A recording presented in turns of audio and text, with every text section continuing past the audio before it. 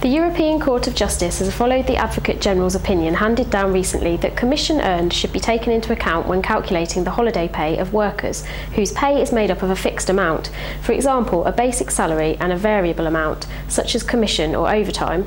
The opinion has been handed down in Locke v British Gas, which concerned a salesman whose salary consisted of a fixed amount, a basic salary, and a variable amount, commission. The level of such commission was dependent on how many sales were achieved per month. When Mr. Locke took holiday, he was unable to make any sales, and subsequently, when calculating his holiday pay, his employer only took his basic pay into account.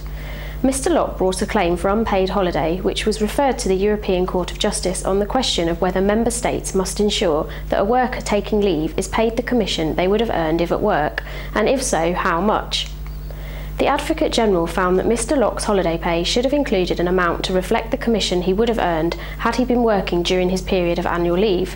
Given that commission is intrinsically linked to the performance of tasks carried out under the terms of the worker's contract, it should be taken into account in relation to the calculation of holiday pay.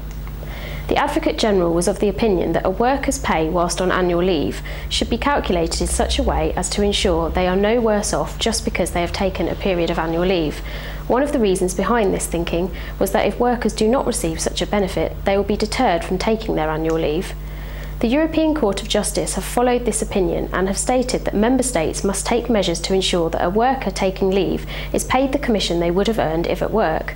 On the question of how much, this is for national courts to decide, based on the European Court of Justice case law and the objectives of the Working Time Directive. The ruling will likely have the effect of increasing a worker's pay whilst on annual leave, which would make up for the potential loss of pay following their return, as the worker would not have had the opportunity to generate sales, which would lead to commission whilst on annual leave.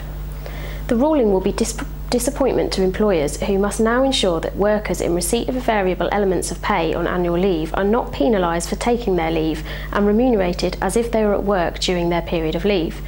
Since this case, the government has announced they will impose a cap of 2 years on claims for backdated pay. For more information about this or any other employment law related matter, please contact us.